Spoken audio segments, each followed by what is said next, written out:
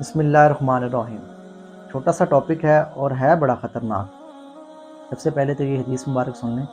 مفہوم حدیث ہے، آپ صلی اللہ علیہ وسلم نے فرمایا کہ تم میں سے سب سے بہترین آدمی وہ ہے جو تم میں اخلاق میں اچھا ہے۔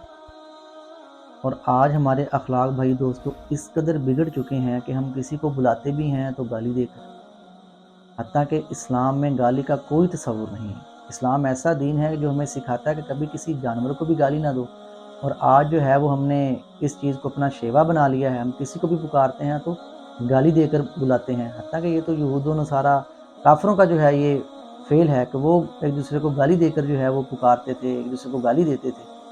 تو بھائی دوستو آپ لوگوں سے گزارش ہے کبھی بھی جو ہے کسی کو گالی نہ دیں، خاص کر وہ لوگ جو کہتے ہیں کہ جی ہمارا مذاق ہے، میں نے تو مذاق میں گالی دی تھی، یا میرا اس دوست کے ساتھ اس قدر تعلق ہے کہ وہ کبھی میری گالی کا برا نہیں مناتا۔ یاد رکھیں کہ چاہے آپ مذاق میں گالی دے رہے ہیں، چاہے آپ سیریس انداز میں گالی دے رہے ہیں، گالی گالی ہی ہے۔ جب آپ گالی دیتے ہیں نا بھائی دوستوں تو پھر اللہ کے ہاں آپ گر جاتے ہیں، آپ کی جو قدر ہے نا وہ کم ہو جاتی ہے۔ اللہ رب العزت کے ہاں تو اس شخص کی قدر ہے جس کا اخلاق اعلیٰ ہے، بلند و بالا ہے۔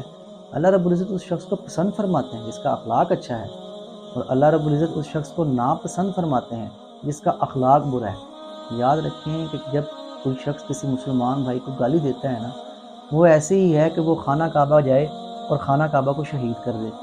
تو یعنی کہ کہنے کا مقصد یہ ہے کہ جیسے خانہ کعبہ کو شہید کرنے کا گناہ ہے نا بھائی دوستو، بلکہ اس سے بھی کئی حصے زیادہ جو ہے وہ کسی مسلمان کو گالی دینے میں ہے۔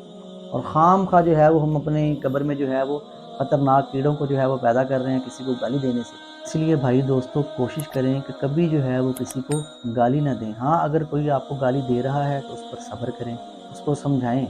ایک دفعہ نا عیسیٰ علیہ السلام نا ایک جگہ سے گزر رہے تھے، تو وہاں پر کچھ یہودی بیٹھے ہوئے تھے، تو انہوں نے آپ کو جو ہے وہ برے القابات دینا شروع کر دیے، آپ کو گالی گلوچ کرنا شروع کر دیا۔ تو آپ نے جواب میں ان کو دعائیں دیں، آپ دعائیں دے کر وہاں سے چلے گئے۔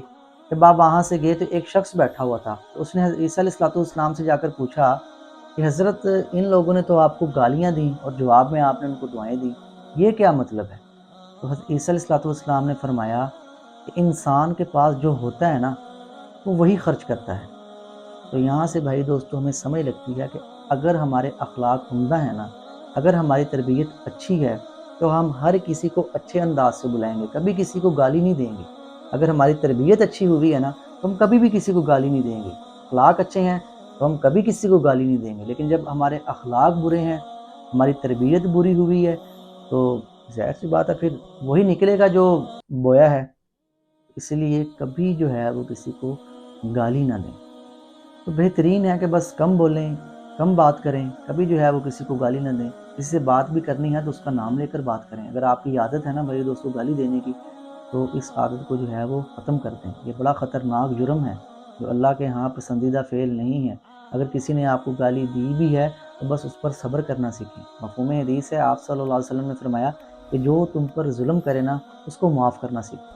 تو یاد رکھیں گالی دینا بھی ظلم ہی ہے۔